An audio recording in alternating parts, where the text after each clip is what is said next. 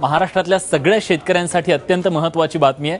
खरं तर शेतकऱ्यांना तातडीने 10,000ची मदत देण्याचं सरकारनं घोषित केलं आणि आता सहकार मंत्री असं म्हणतायत की येणाऱ्या 3 दिवसांमध्ये 10,000 रुपये शेतकऱ्यांना दिले जावेत आणि तसे आदेश दिले गेलेले आहेत बँकांना। आणि ज्या बँकांकडे पैसे नाहीत त्यांनी पालकत्व ज्या बँका घेणार आहेत त्या 16 बँका त्यांना पैसे देतील असं सांगितलेलं आहे। तेव्हा या संदर्भात एक हेल्पलाइन नंबर देखील त्यांनी दिलेला आहे। पण या सगळ्या संदर्भात बोलण्यासाठी आता आपल्यासोबत स्वतः सहकार मंत्री आहेत, आपण त्यांच्याकडून जाणून घेणार आहोत या सगळ्या संदर्भात। देशमुख साहेब, तुमचं स्वागत एबीपी माझामध्ये। योजना खूप चांगली आहे, शेतकऱ्यांना वाटलं आपल्याला दिलासा मिळेल, पण ही योजना नेमकी कुणासाठी आहे, कोणी कोणी याच्यासाठी अप्लाय केलं पाहिजे?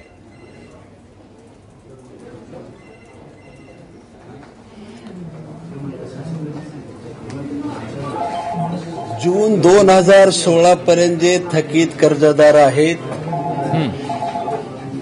ते गरीब आणि गरजू शेतकरी या सर्व योजनेचा लाभ घेऊ शकतात। राज्य सरकारने शेतकऱ्यांची कर्जमाफी केलेली असल्यामुळं आता तातडीनं खरीप हंगाम सुरू होत आहे।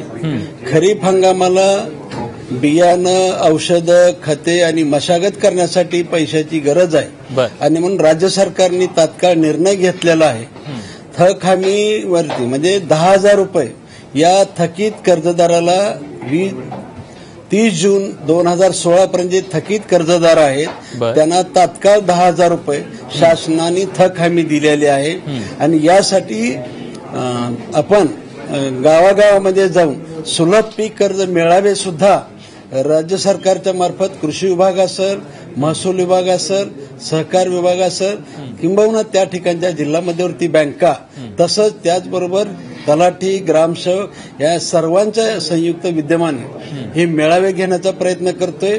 त्या ठिकाणी अगोदर कर्ज घेण्यासाठी जे कागदपत्राची आवश्यकता आहे ती आवश्यकता माहिती अगोदर त्या शेतकऱ्यांना गावामध्ये पोहोचवण्याचा प्रयत्न करतोय आणि त्या ठिकाणी सर्व आवश्यक ती कागदपत्राची पूर्तता केल्यानंतर त्याच ठिकाणी कर्ज देण्याच्या सूचना पण दिलेल्या आहेत। किंबहुना एखादा कागद कमी असेल तर 3 दिवसामध्ये त्या कागदपत्राची पूर्तता करून त्या शेतकऱ्यांना या खरीपाला कुठल्याही परिस्थितीत पैसे कमवून पडू नये, शेतकरी पैशामुळं पेरणीपासून वंचित राहू नये म्हणून राज्य सरकारने 10,000 रुपयाची थक हमी घेतलेली आहे।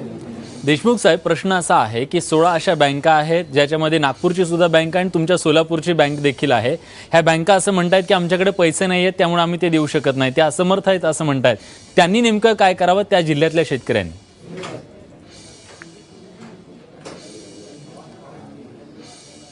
ज्या 14 बँका आहेत 16 जिल्ह्यामधल्या या 14 बँकेला पालकत्व कमर्शियल बँक किंवा राष्ट्रीयकृत बँक दोघांशी जोडून दिलेलं आहे। 14ची 14 बँकेचे पालकत्व वेगवेगळ्या बँकेने घेतलेलं आहे। त्याची यादी सुद्धा मी स्थानिक या 14 जिल्हाधिकाऱ्यांना आमच्या जिल्हा उपनिबंधकांच्या मार्फत सर्व शेतकऱ्यांना या सुलभ कर्ज पीक कर्ज योजनेच्या मार्फत देणार। कारण त्या ठिकाणी या 14 ज्या बँका असमर्थ दाखवतात त्या ठिकाणी तिथल्या ज्या पालकत्व घेतलेल्या बँका आहेत त्या जवळच्या शाखेचे शाखाधिकारी त्या ठिकाणी येतील। देशमुख साहेब, तुम्ही विश्वास देताय महाराष्ट्रातल्या शेतकऱ्यांना की उद्यापासून शेतकऱ्यांना ही कर्ज उपलब्ध होईल?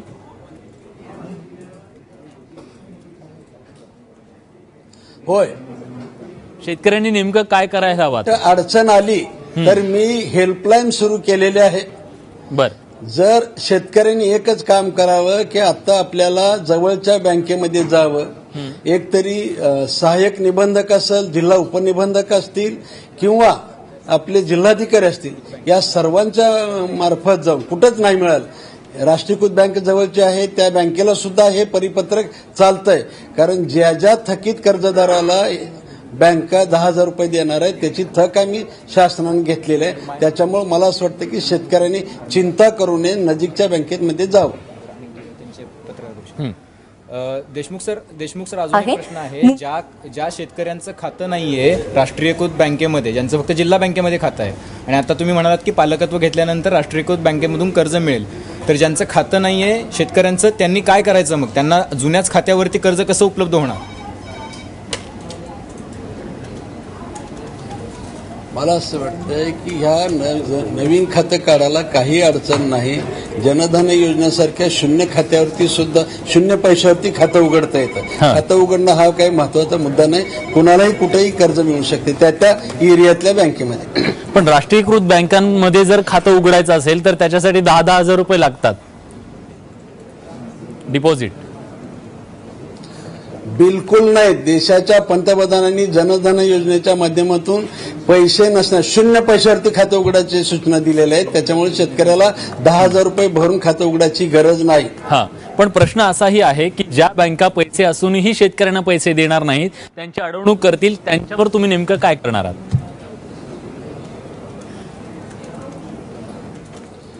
मला असं वाटतं की सर्व जिल्हा मध्यवर्ती बँका ह्या शेतकऱ्याच्या जवळच्या आहेत, शेतकऱ्याला जवळ वाटणाऱ्या आहेत.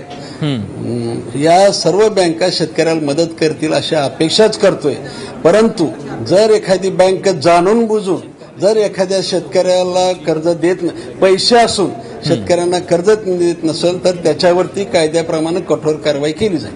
बरं, पण तुम्हाला काय वाटतं किती शेतकऱ्यांना थेट लाभ या योजनेचा होईल? तुम्हाला काय वाटतं किती आकडेवारी आहे त्याची?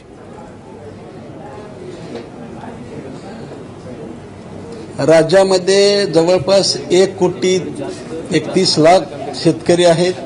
त्यामध्ये आतापर्यंतच्या ह्याच्यात 85 लाख शेतकऱ्यांनी कर्ज घेतलेलं आहे आणि आपण असे निकष केलेले आहेत. यामध्ये 10,000 देत असताना त्याचे सरकारी नोकरदार, लोकप्रतिनिधी, डॉक्टर, वकील जे आयकर भरतात अशांना वगळून यात 10,000 रुपये दिलेला आहे. कमीत कमी 35 ते 40 लाख शेतकरी ह्याचा घ्यायचं म्हटलं तर लाभ घेऊ शकतात. बरं, पण त्याच्यात असाही एक प्रश्न आहे की ज्या शेतकऱ्यांची कर्ज मोठी आहेत, म्हणजे 10 लाख किंवा 10 लाखापेक्षा जास्त आहेत, अशा शेतकऱ्यांना देखील ही मदत मिळणार आहे?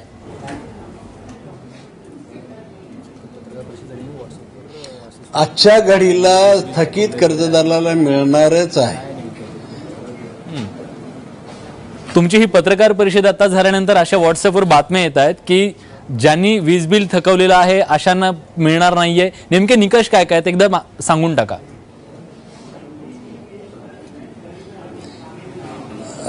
वीज बिलाचा निकष नाही, फक्त आयकर भरणारे लोकप्रतिनिधी असतील, सर्व क्षेत्राचे नगरपालिका, जिल्हा परिषद, विधानसभा, लोकसभेचे प्रतिनिधी, हे सर्व लोकप्रतिनिधी त्याच्यामध्ये आहेत. मला कुठले लोकप्रतिनिधी ते जरा सांगा. कुठले प्रतिनिधी? आजी माझी पण आहेत का त्यात? देतो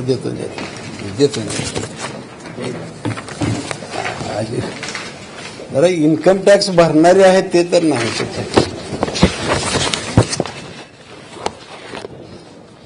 जिल्हा परिषद, पंचायत समिती, महानगरपालिका, नगरपालिका, विधानसभा, शासकीय अधिकारी, कर्मचारी, आयकर रिटर्न, डॉक्टर, वकील, असे वेगवेगळे आहेत. माजी लोकप्रतिनिधी वगैरे सगळे आहेत त्याच्यात.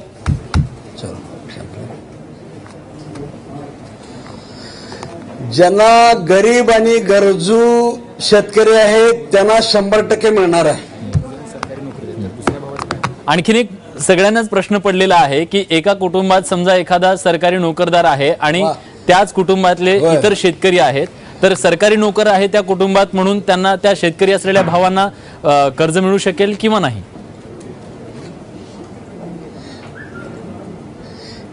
एकत्र कुटुंब असेल तर मिळणार नाही, परंतु विभक्त कुटुंब असेल तर नक्की गरीब आणि गरजू आणि थकीत शेतकऱ्याला नक्की मिळणार. बरोबर आहे. तेव्हा या सगळ्या संदर्भात जे काही प्रश्न आहेत त्या सगळ्या प्रश्नांची उत्तरं आपला सोबत आता सहकार मंत्री होते आणि त्यांनी ते देण्याचा प्रयत्न केलेला आहे. खरं तर शेतकऱ्यांना 10,000ची जी ही मदत आहे ती मदत कर्ज जे आहे ते लवकर उपलब्ध व्हावं ही अपेक्षा आहे आणि येणाऱ्या 3 दिवसामध्ये ते दिलं जाईल अशी आशा व्यक्त केलेली आहे आणि तसे आदेश दिल्याचं देखील त्यांनी सांगितलेलं आहे. तेव्हा शेतकऱ्यांना अगदी उद्यापासून देखील पैसे मिळतील, कर्ज मिळेल असंही सहकार मंत्र्यांनी एबीपी माझाशी बोलताना सांगितलेलं आहे.